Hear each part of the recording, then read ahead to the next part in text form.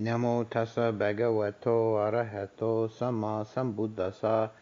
Namo tassa bhagavato arahato sama sambuddhassa. Namo tassa bhagavato arahato sama sambuddhassa.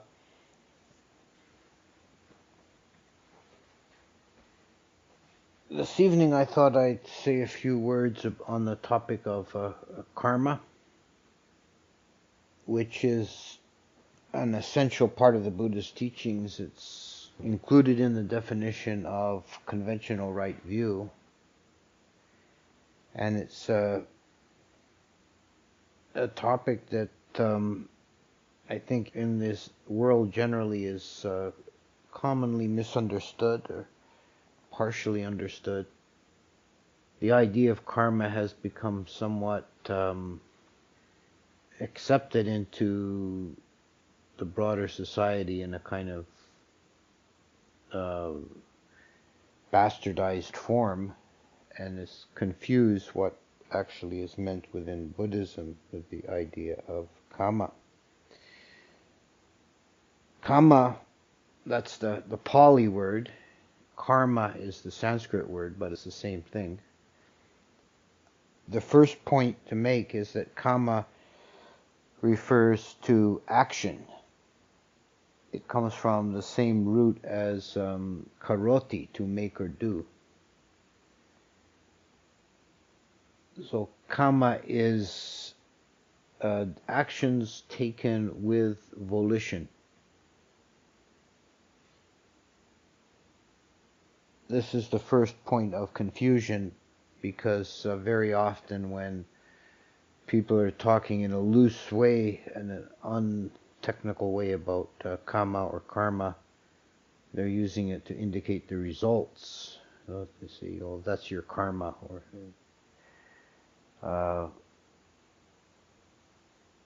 "Karma is a bitch." Right? Is a phrase that comes up in colloquial usage these days.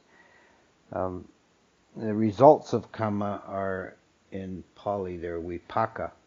It's a related concept, but there's no volition involved in vipaka. The kamma is action done with volition. So it's the making of kamma that's important. So it's an action done with volition, and another important point is understanding that kamma is, in the final analysis, it's a mental event. It's something done with the mind. And when we do something with the body, when we take an action with the body, that first originates in the mind. And kamma is made at the moment of volition.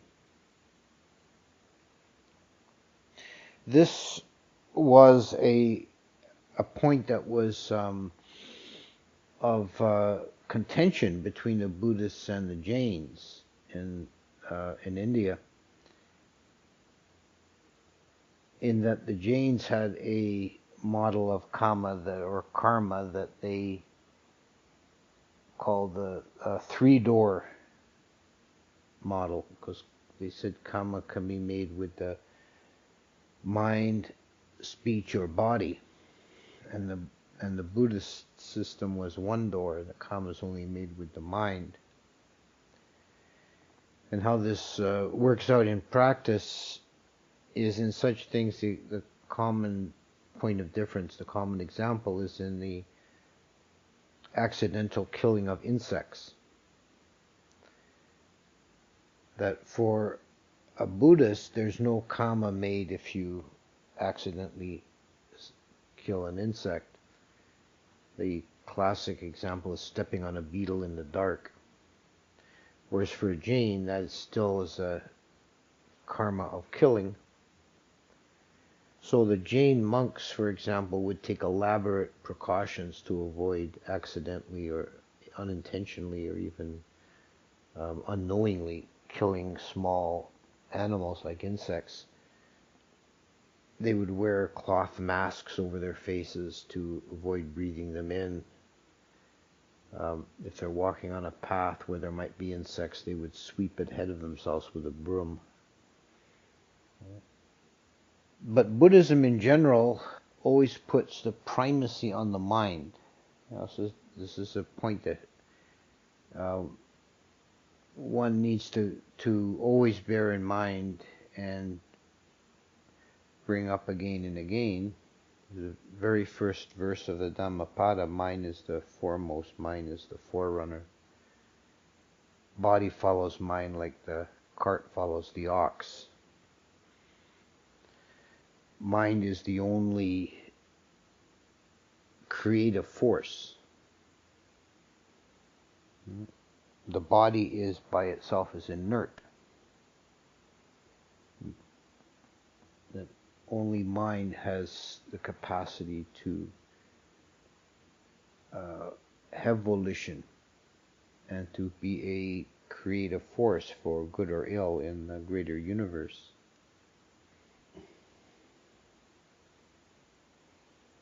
So Kamma is first of all made in the mind. So there is, as a result of this, there is Kamma made with thought. No, the whole field of talking about the topic of thought is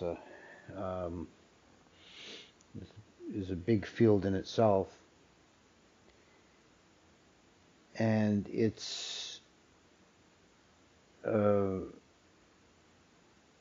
complicated and intriguing to investigate, because thought is on the borderline of being volitional and of being non-volitional. We all know when we're meditating that sometimes we can be bothered by unwanted thoughts. We're trying to quiet the mind and thinking carries on. And at that time it doesn't feel, subjectively, it doesn't feel like something volitional or deliberate. But there is an element of volition involved even there. That the thought for the patujana, for the unenlightened person, thought can be very difficult to control. It's only the arahant is said to have full mastery of the pathways of the mind.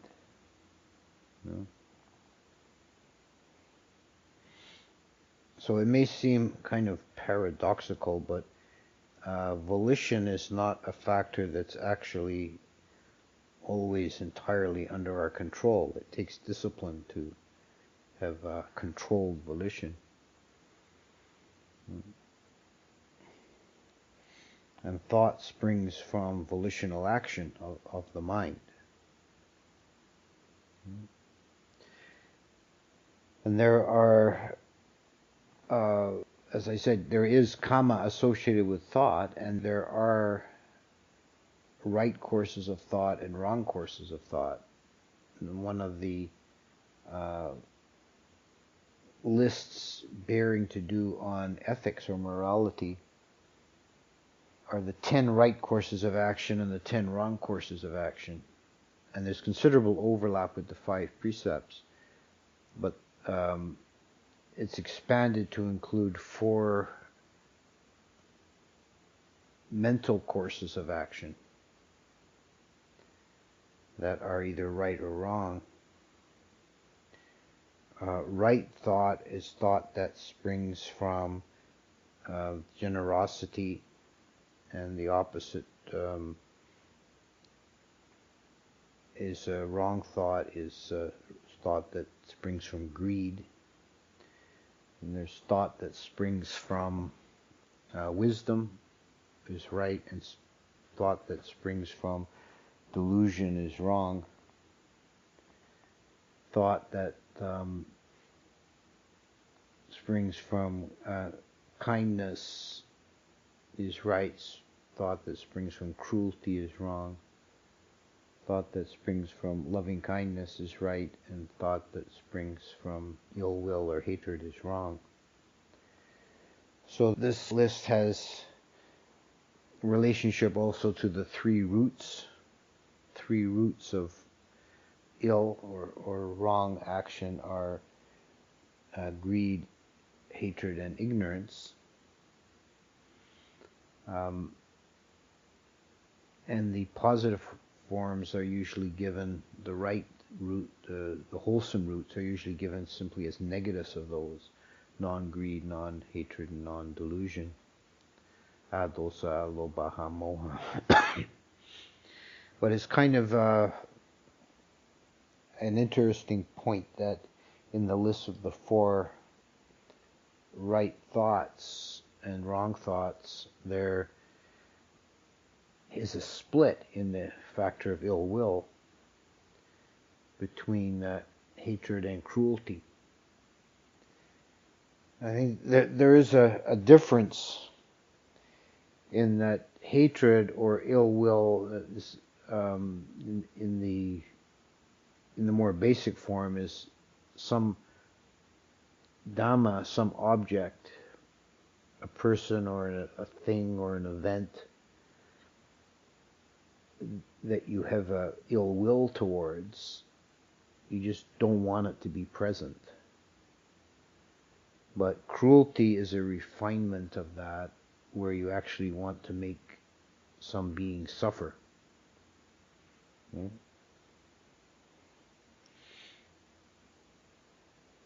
So these thoughts arising in the mind, and if we take the four right courses and the four wrong courses, it pretty well covers all possible thoughts. Thoughts will fall into one of these categories or other, and they're making karma at that moment.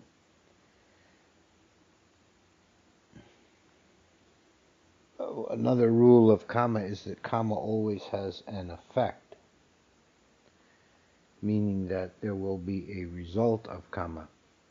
And the result might be immediate, or it might be at some later time, which might even be in a subsequent lifetime. The kammas made with speech or with the body are heavier and have more significant resultants, because the mental energy involved in actually moving the body is much greater than the mental energy of just a passing thought. The kamma of thought by itself, without bodily action, can have the immediate or short-term effect of setting up a mental environment for subsequent thoughts. So what one dwells on, one obsesses over, and you can know that from experience, that you start thinking about something, you can make it more and more take over. It can more and more take over your mind until it becomes a major theme, and over time can be in some cases an obsession. You get a fixed idea in the mind, and this itself is playing out of kamma and result in a kind of feedback loop. This is one manifestation of the idea of habitual kamma. Habitual kamma are those actions that are committed again and again, that become a habit, and they fix the mind in a groove, and the mind will often just take the path of least resistance and follow the habit formations. And this isn't necessarily negative. You can use it to your advantage. You set up good habits of mind, wholesome habits, And let's see, we have somebody here wants to hear the Dhamma talk. I guess we should let him in.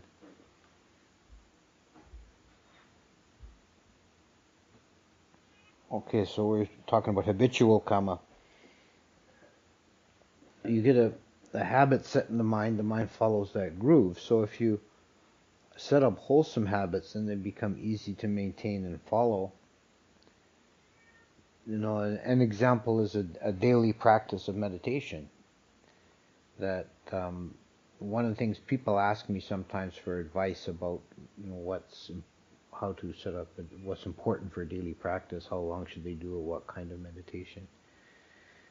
And I always tell them that the most important thing is consistency. That you set a time a day, and this is your time for meditating, whether it's in the morning or the evening or whatever. And it doesn't even have to be very long if you've got a busy day, and you have other things to do, but set aside a fixed period of time. This is the time for meditation, and do it every day, whether you feel like it or not. This is important for a couple of reasons. One is that when there's a resistance to meditating in the mind, that's when you need it the most. When you're on the edge of something and you really need to work through it. If you only meditate when you feel like it, when you feel inspired, you're never going to get anywhere. It's just going to be maybe it's going to be sort of pleasant and relaxing, but it won't make any progress.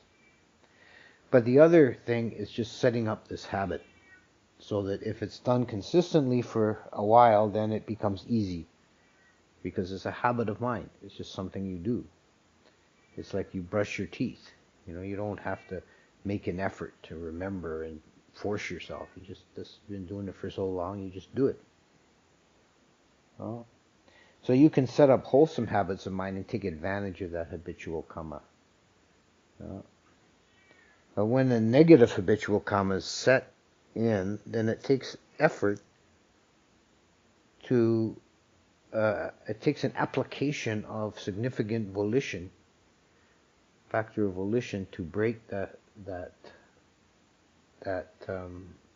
pattern, because the kamma is feeding on itself. There's kamma and then immediate result, and kamma and immediate result.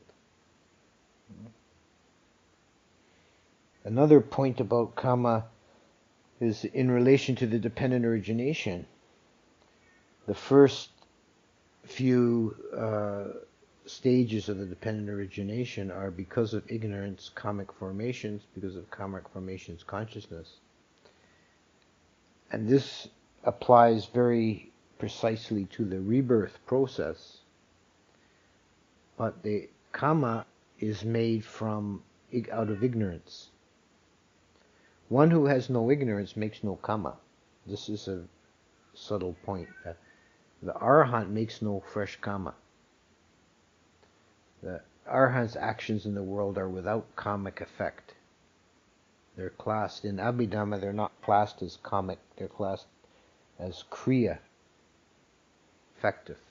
They're an action unrelated to kamma.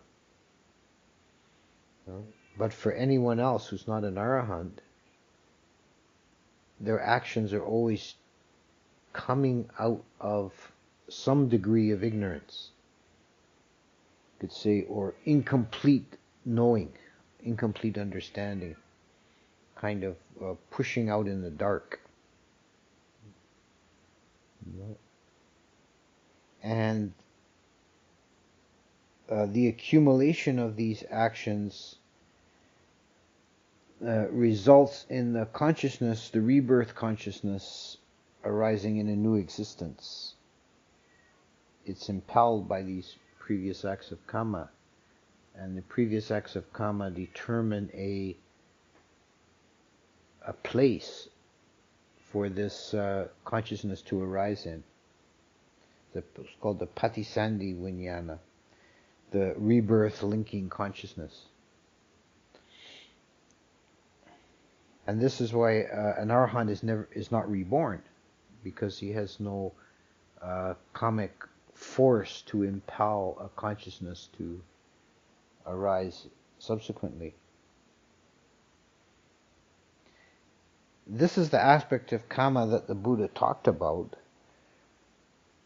We can see a somewhat difference of tone when we look at the way Kamma is discussed in the suttas by the Buddha, and then later how it's dealt with in the Abhidhamma.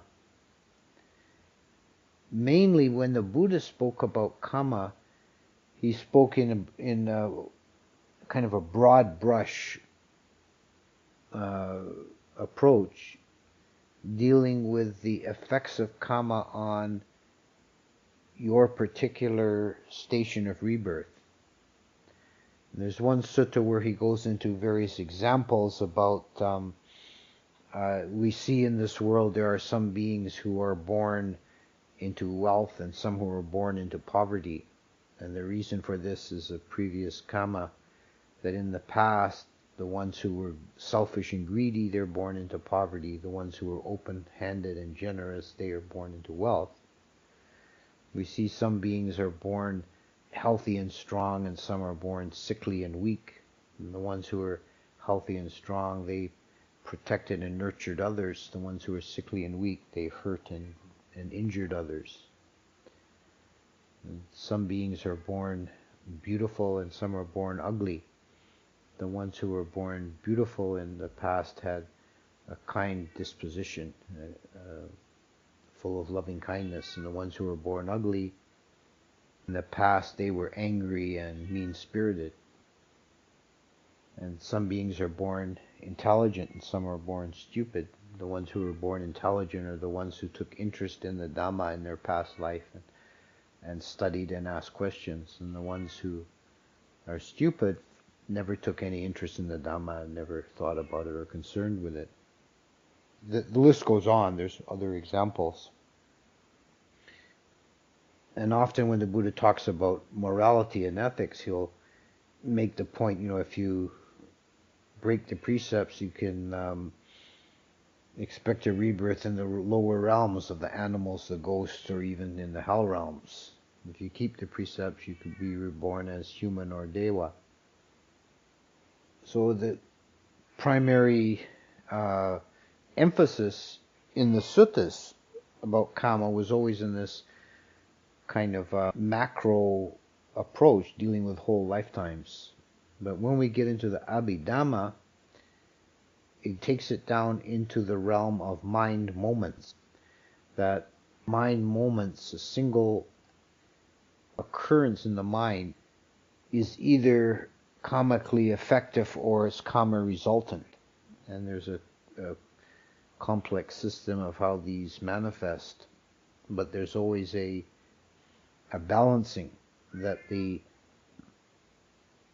receptive moments of consciousness are resultant moments, in that one of the causes of such moments lies in past karma. And this becomes important when you also take into account that any sense experience, which is everything, we experience with mind and body, is sense experience, is classed as karma resultant.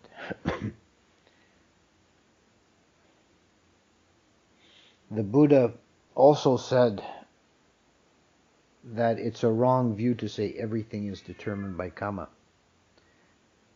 And this has led to some discussion about what is exactly meant by that and how it's reconciled with the Abhidhamma teaching that all sense experience is a resultant of karma. And I think the answer is in another principle of Abhidhamma, that nothing arises without a cause, but also nothing arises from a single cause. And this is important when we're thinking about not only karma, but dependent origination and many other aspects of Dhamma and reality in general, is to avoid the fallacy of falling into causality. That it's a network of causes. that any event which occurs has multiple causes, not just one. We simplify it into say A cause B cause C cause D. And this is a simplification that can sometimes explain things in a working hypothesis, but it's not actually ultimately correct. There's always multiple causes. So when we experience something with the senses, you see a sight, a sound, a feeling, a touch, a taste, previous kamma is a cause of that, but there's also external causes. The environment, the situation, other people, and all these have to come together to produce any moment of sense experience.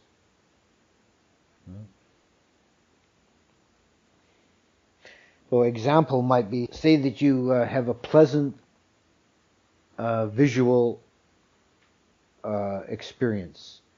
Let's say you see a beautiful sunset. This is eye consciousness, pleasant object, pleasant feeling. Now you can say that the cause of the sunset has physical causes. There's the angle of the earth and the sun and the atmosphere and particles in the atmosphere. All these have a bearing on the sunset. But there's also your previous kamma that you happen to be there at that moment and are looking at the sun.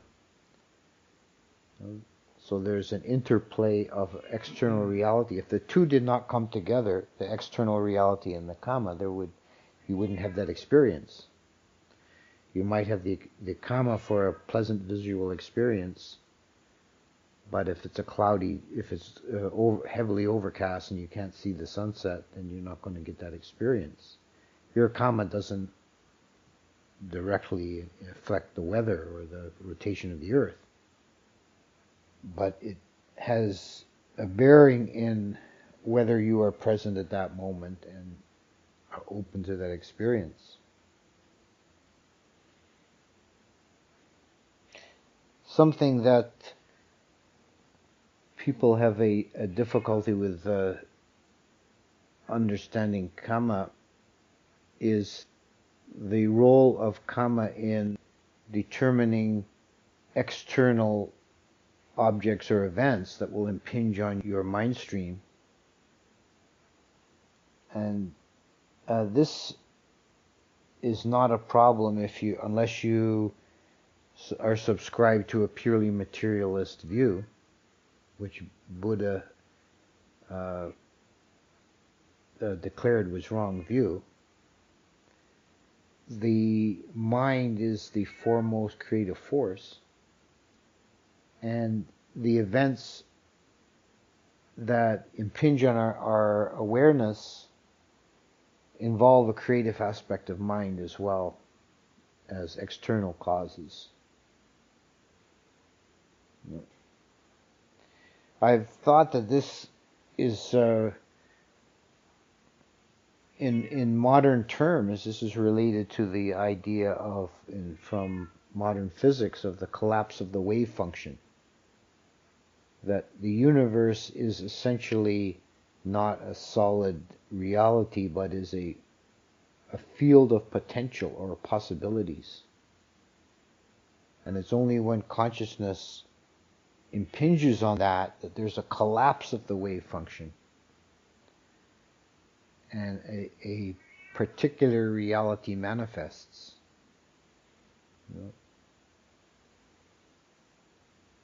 Kamma is seen in the Buddhist text is seen as being the primary creative force in the world.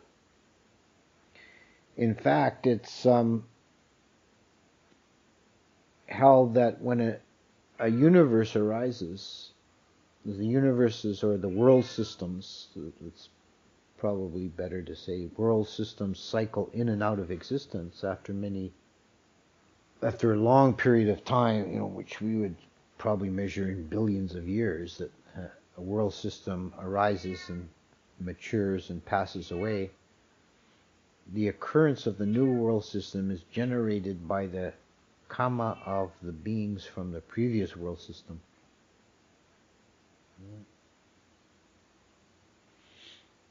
And this creative aspect of Kamma, in that sense, it creates the entire samsaric universe.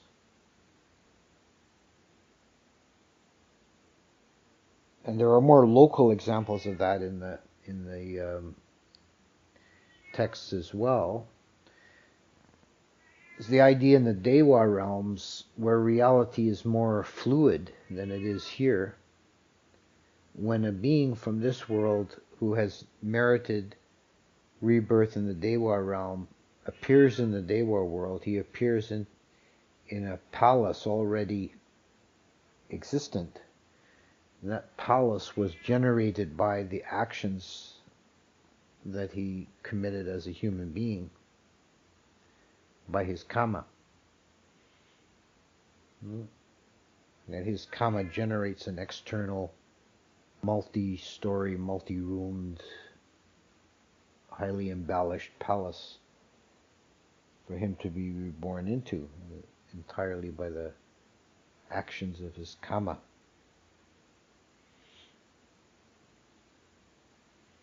So we don't normally experience Kamma in that way in the human realm. If we want to have a palace to live in, we have to build it. But there's still the unfolding of Kamma in our lives is the significant factor that determines our situation in life. And the fact that we are born human to begin with is a result of Kamma made in past lifetimes. And the Kamma we're making right now is setting up for any future lifetimes. And this is the final point I'd like to make about Kamma and rebirth in the context of rebirth, is that when we're thinking about it, there's not much profit in looking backwards and wondering what was I in past times. But there is more profit in looking forward, saying what kind of conditions am I setting up for a favorable rebirth in the future. Imagine this lifetime right now, at some point in the future, will be a past lifetime. And all that's carried on from this life is the Kamma that we made. And what kind of conditions are we setting up for the future?